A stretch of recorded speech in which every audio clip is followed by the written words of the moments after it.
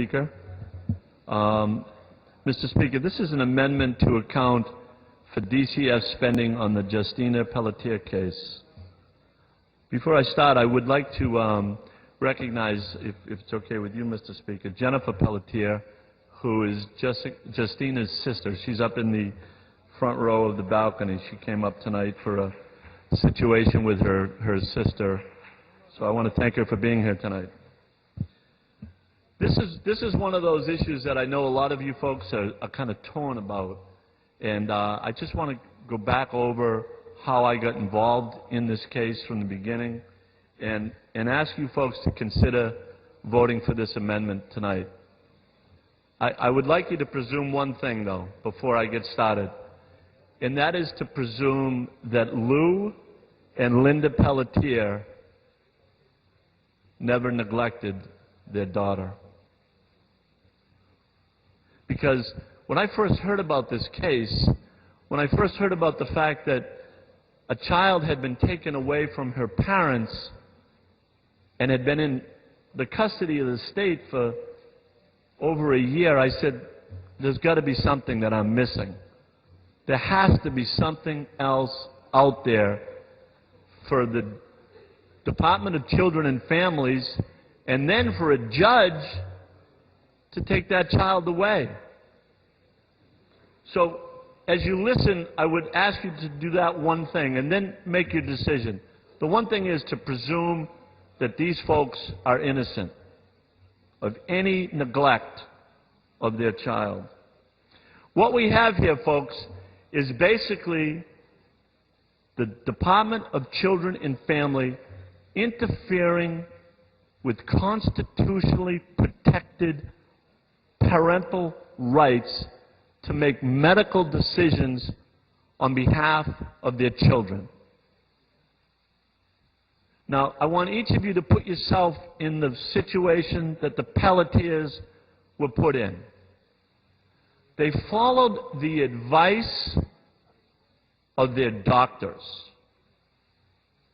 They brought their child by ambulance in February of 2013 to the Boston Children's Hospital. 3 days after arriving at the hospital, Lou Pelletier did not like the direction of the medical advice that he was getting.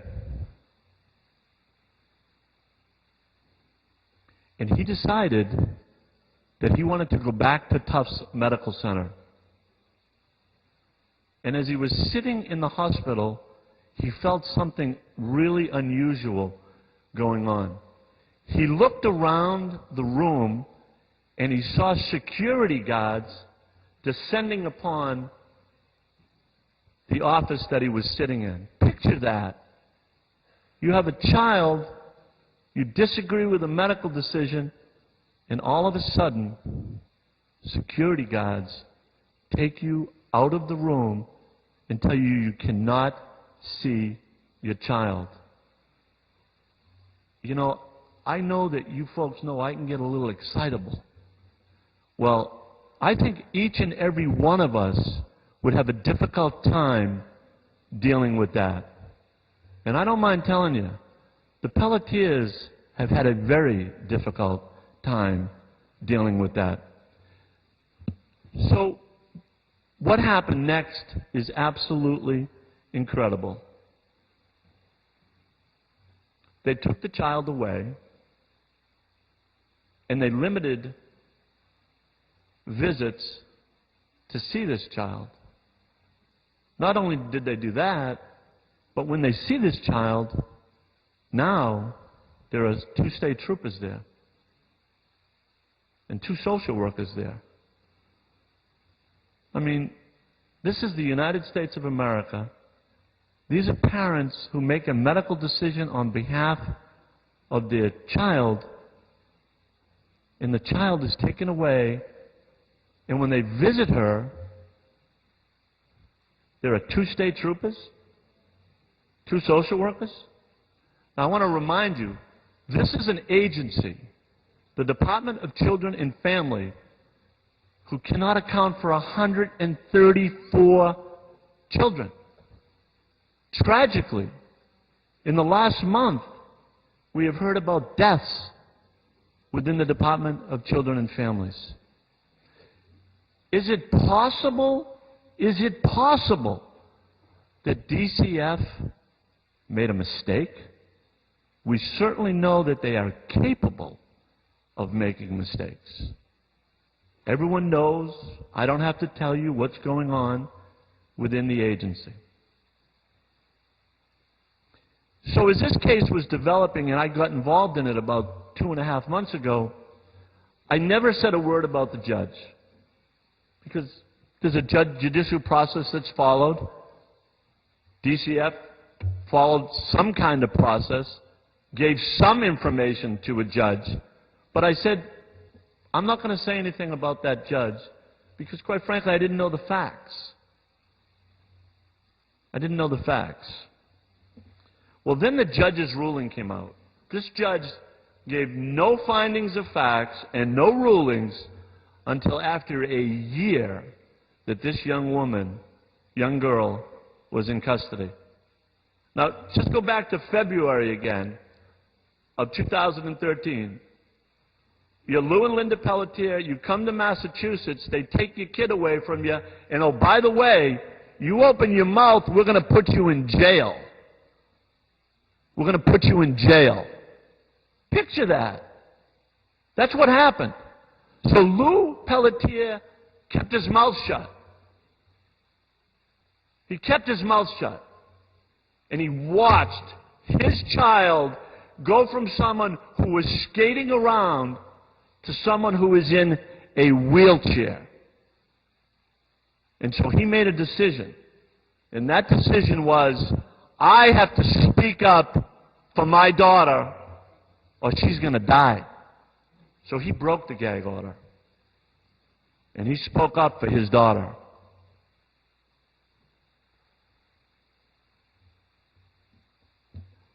Lou Pelletier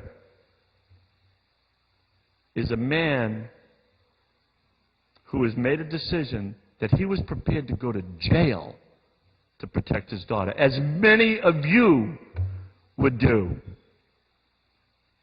And I believe in the bottom of my heart that we have a responsibility to act. Now, I understand the arguments that people have made. But this judge,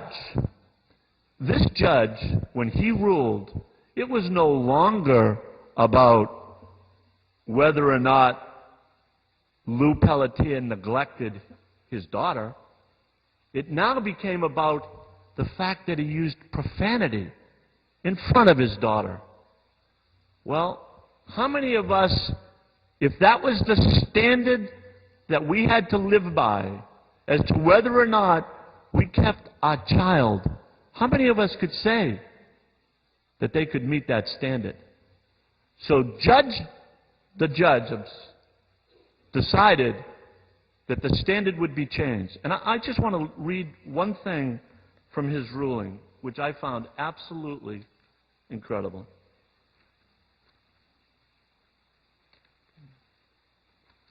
Visits between Justina and her parents were postponed and rescheduled because media stations were broadcasting outside DCF office at the time of the visit. This is yet another example. This is a quote from a judge. This is just another example of the parents either directly or indirectly impeding progress in this case. I mean, that's incredible. So the standard that this judge has now brought to bear on the Pelletiers is, you swear in front of your kid, you got no right to have that child. And if the media should show up when you go visit that child, well, we're not going to let you have him back then. I mean, the standard that is in this ruling, and I urge each and every one of you to read this ruling and tell me what evidence there is of any neglect. There is none. On April the 2nd, the representative from Bill Ricker and I had an opportunity to meet with the Secretary of Health and Human Services.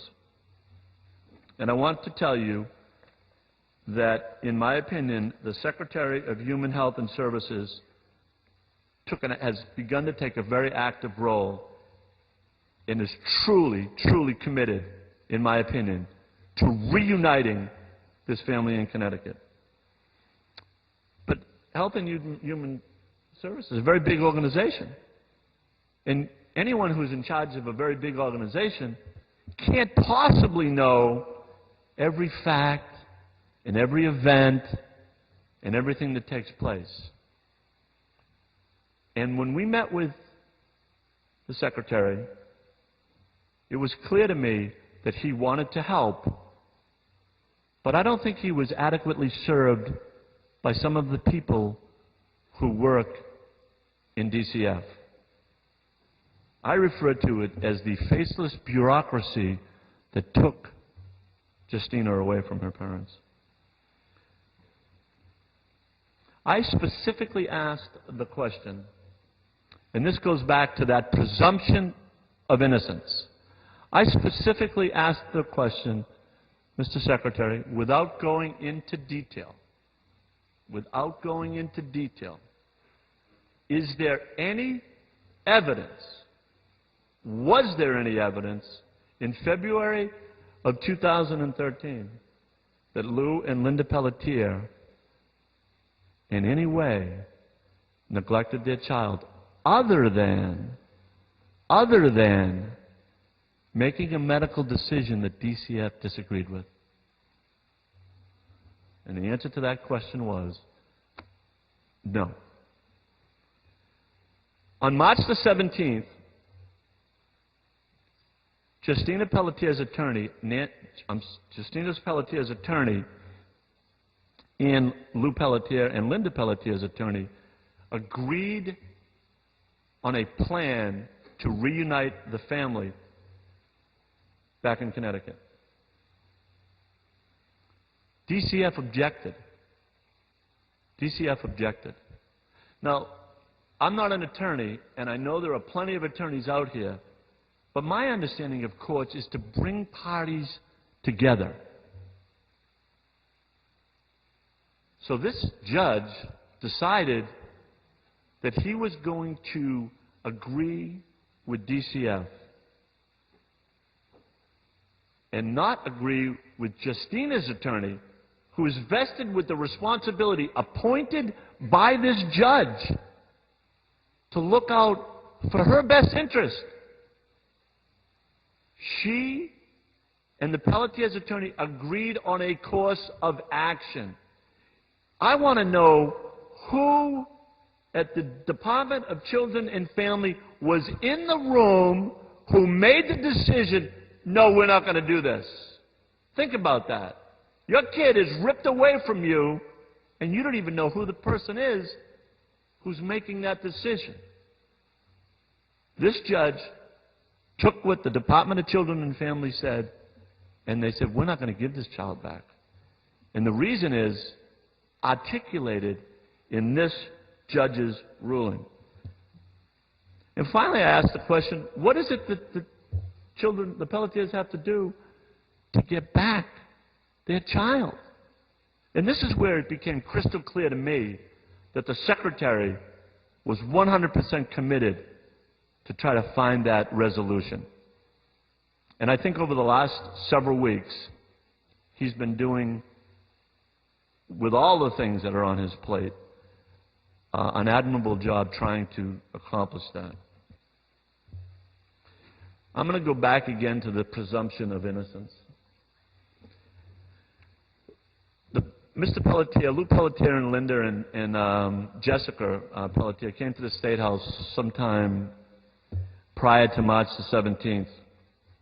And we talked to many of my colleagues about this issue, and one of the issues kept coming back to, you know, there's something missing here. There's something missing. And I had the opportunity to sit about 10 feet away from Lou Pelletier, and I had him tell the story about some of the things I just told you about you know, how the security guards came in and they took the child away. But the thing that really struck me the most was sitting in the front row was his daughter Jessica. His daughter Jessica also has mitochondrial disease. In her late teens, ran into a similar problem. Got very sick. Got very sick. And guess what Lou Pelletier had to do then? He had to fight for his daughter then. He had to fight for his daughter then. And when I saw the smile come across the face of his daughter, I, for one, decided there is no way that this father and this mother neglected Justina Pelletier. Presumption of innocence.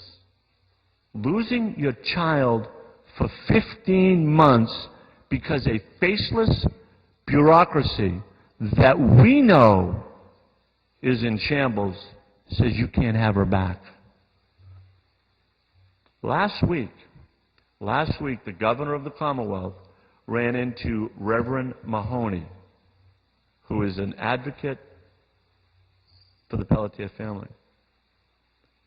And the governor said that he wants to see Justina reunited in Connecticut with her family. Last Friday, after that encounter, the secretary wrote a letter to the editor. And I'm going to just read the first paragraph. Justina Pelletier should return to her home, state of Connecticut, to receive the service and support she needs close to her family, friends, and community. We strongly believe that this outcome is in Justina's best interest and have laid the groundwork to make that happen. Now, if the Pelletiers were such awful people and had neglected their child, why would the governor, and I know why the secretary, because he understands what's in the best interest, but they would not be moving to move this child back to the family. But yet that's what they're doing. That's what they want to see happen. But, folks, we can't allow this to go on and on and on because we know what happens in DCF. Things just get brushed aside. Just get brushed aside. It is time, in my opinion, for DCF to show some humility and for the governor to step forward. The governor is now making the argument that it's the court's fault. It's the court's fault. Did anyone see the news reports over the weekend about what happened in Grafton? Anyone see that? The Grafton Police Department faxed a letter to DCF. We know the results. We know the results. It's the Grafton Police Department's fault. Governor Patrick could solve this situation tomorrow. As I indicated earlier, courts are about bringing people together. And the governor ought to recognize that he has the authority and the power to bring people together. We need DCF, the Pelletier's attorneys, and we need Justina's attorneys to agree to send this child back to her family. Now, what does my amendment do? What my amendment does is very straightforward. It is time to hold the Department of Children and Families accountable. We hear the fact that they don't have enough money to operate. We see what's going on. How much money has been spent to find the 134 children that are missing? How much? We have no idea.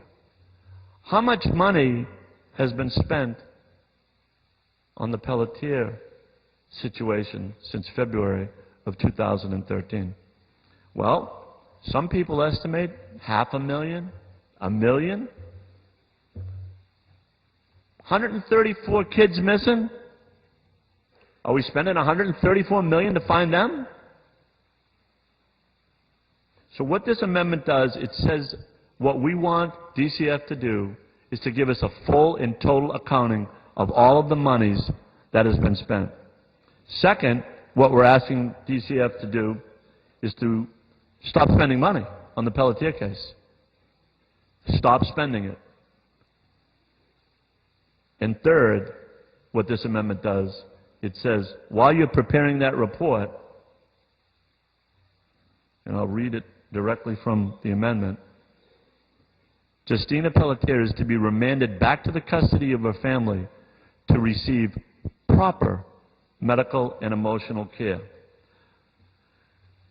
So, in February of 2013, DCF went in, took away this child because they didn't like the fact that Tufts Medical Center was who they wanted to bring him to. Well, the judge has now ordered Tufts Medical Center to take care of this child. In 2013, this judge put a gag order in place. That's now removed. In 2013, they filed a contempt motion against Lou Pelletier. That's been removed. We have this ruling from this judge, which now sets a new standard in Massachusetts for when DCF can bring it and take a child away. The question I ask is, who really is best suited to take care of Justina Pelletier? There are 4 daughters in that family.